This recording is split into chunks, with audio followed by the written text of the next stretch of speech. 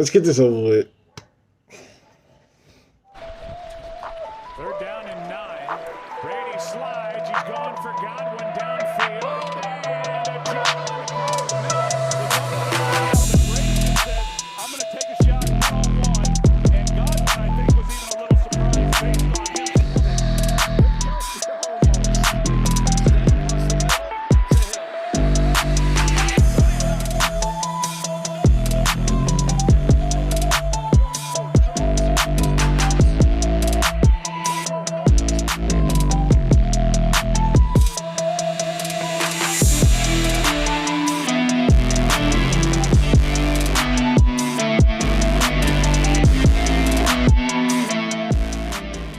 Yo, if you don't know my name is Keith. I do Black Quarterback Series, and I decided that I'm gonna do the whole playoffs this year. So we're down to the last four, the final four. So let's get into this. So as you can see, I don't really want to make this video, but I got to. Tom Brady is back in the Super Bowl, unfortunately. Well, unfortunately for me, I'm sure everybody else loves him. But in all seriousness, let's go ahead and get to the game. So the game just comes down to mistakes. This comes down to mistakes, fumbles, drop passes, pressures, wide receivers can't get open, defensive breakdowns, and all of this is for Green Bay. And don't think you're gonna get off the hook, Kevin King, because I'm gonna get on you. And you're gonna be the first person I get on to.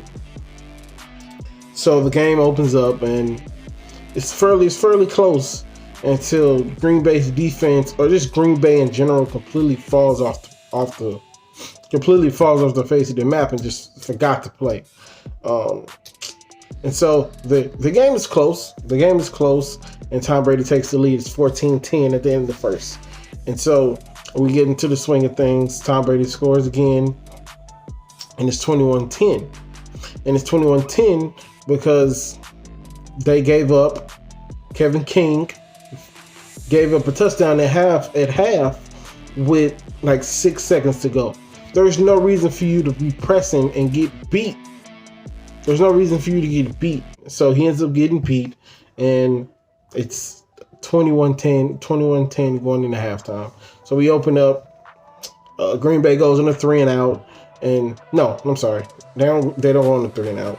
Green Bay fumbles the ball within the Bucks 30, and slant route touchdown. They're up 28-10. So at this point, I'm pretty much done with the game, right? And so you know me, I'm not really done with the game. I just needed some space. And so I'll go back to the game, and it's 28-7. It's 28-17.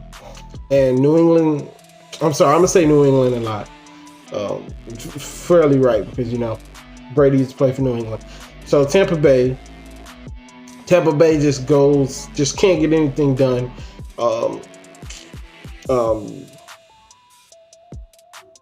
Tampa Bay just can't get anything done because Green Bay's defense is just so hot. And so I put Charles Rodgers down.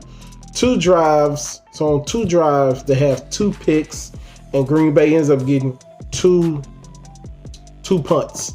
So for the longest, it's 23-28 at this point. Green Bay scores a couple touchdowns, a field goal, and they get back to the game. And then that's when the 2 drives, 2 punts, and 2 picks happen.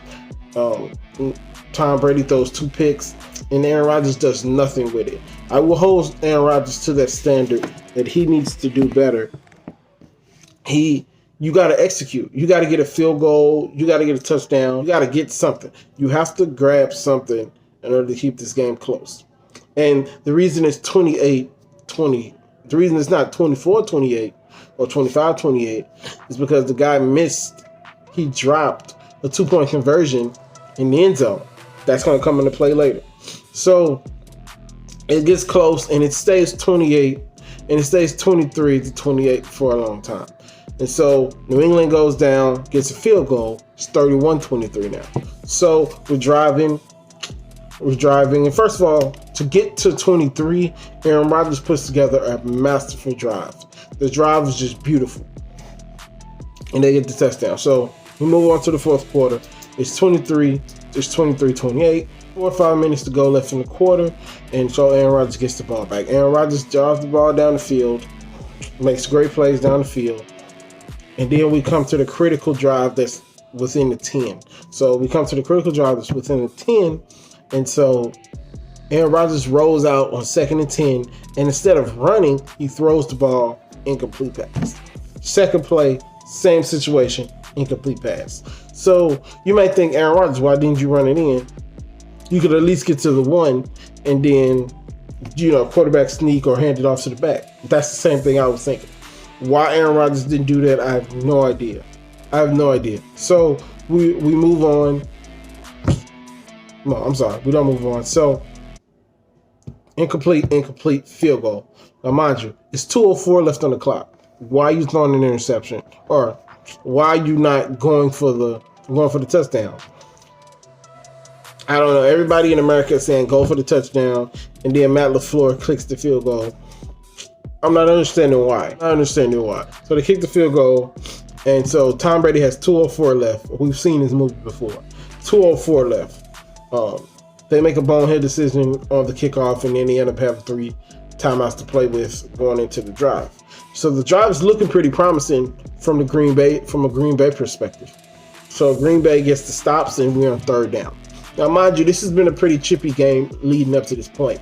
They've let the players play. They haven't called no pass interferences. They've let the guys play football up to this point. Some calls that should have went Green Bay way didn't go their way. Some calls that should have went the Bucs way didn't go the Bucs way because they didn't make none of these calls. So we're on 3rd down, slant route. Somebody grab somebody, pull the flag. Now, they haven't made this call all day, and I'm going to show, if I can find a picture, I'm going to show it. Devontae Adams had that happen to him multiple times. But now you pick now to wanna throw the flag. Now, I don't like to call conspiracy theory, but it's like you pick now to want to throw the flag. That's pretty weird that you pick the biggest play of the game to want to throw a flag. It was like, come on, man. Let these boys play. Let them determine it. And so that just seems very fishy. Why would you make that call? So they end up running the clock out, and that's the end of the game. That call prevented them from winning the game, but it's not the whole game. If Aaron Rodgers scores on any of these 2 drives that they got picks on, and Green Bay played phenomenal down the stretch defensively, they win the game. So I blame the call and also blame Aaron Rodgers. Aaron Rodgers didn't get it done. He was 33 for 48, 346 yards, 3 touchdowns, and an interception. Great numbers, but you didn't make the big plays when it counted. So I ultimately blame it on Aaron Rodgers to not get this done. Tom Brady played lights out in the first half. He played lights out. Like, he made a pass to Mike Evans on the sideline. I'm like, bro, that's too good. You're supposed to be 43. You shouldn't be making these passes. But the second half, he didn't play well at all. The second half is where he had all his turnovers. Yeah, most of his turnovers, and he just didn't play well. He looked 43. And with the injury to Eric Fisher in the Super Bowl, he might not have to score as many points as he has to because Eric Fisher is a big blow for Kansas City in their matchup in the Super Bowl. So 26-31 Bucs, and Tom Brady's back in the Super Bowl for the 10th time in his career. So we get to the Bills, Kansas City, which is a completely opposite game. Just the Bucs and Aaron Rodgers game was just excellent. It was great football, both ends. Excellent football. This game, not so much. Josh Allen looked very flustered. So let's start from the beginning.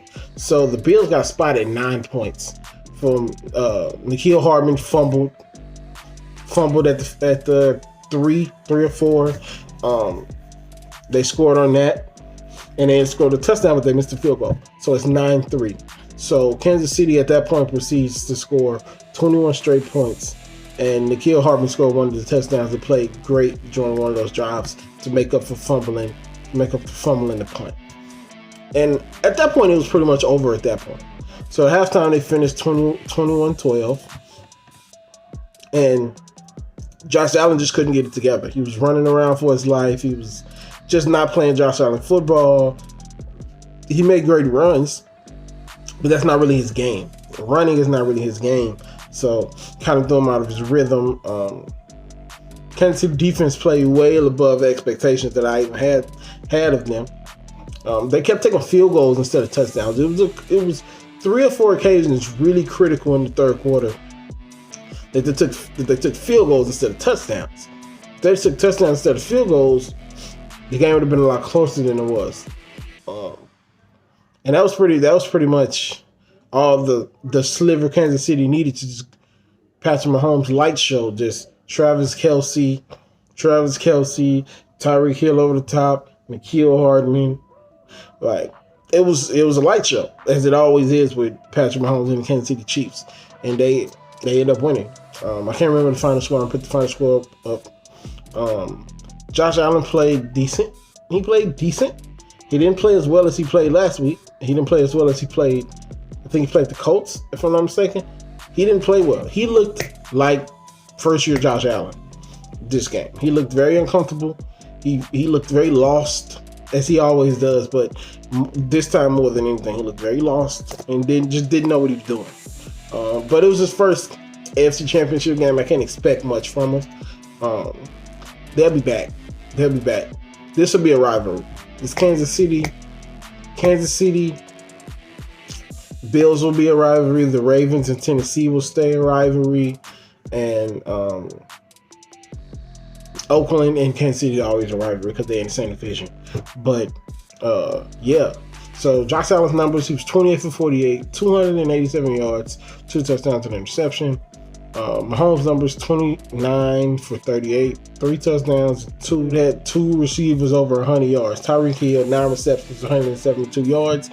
Kelce, 13 receptions, 118 yards, and 2 tubs. I think I have the stat. If it's on the screen, I'll put it on the screen now. Or if I have it, I'll put it on the screen now. First time in, I think, in the NFL history or modern history that 2 receivers went over for 100 yards in multiple games in the playoffs. It's just phenomenal, just spectacular on their part. It was a really good game for the drama. And so now we have a dilemma here. We have the old guard versus the new guard. We have Tom Brady versus Patrick Mahomes. Good guy versus evil villain. I like to call Tom Brady an evil villain. I'm gonna give you all my breakdowns and all that stuff probably next Wednesday. So I'm gonna hold off on that. But that's our Super Bowl matchup. It was 2 games, 4 great quarterbacks, and I expect the Super Bowl to be really, really good. So if you guys enjoy, like and subscribe. I'll see y'all next Wednesday. We'll talk more about the Super Bowl and all the matchups, and maybe something else crazy happened in the world of black quarterbacks. So see y'all later.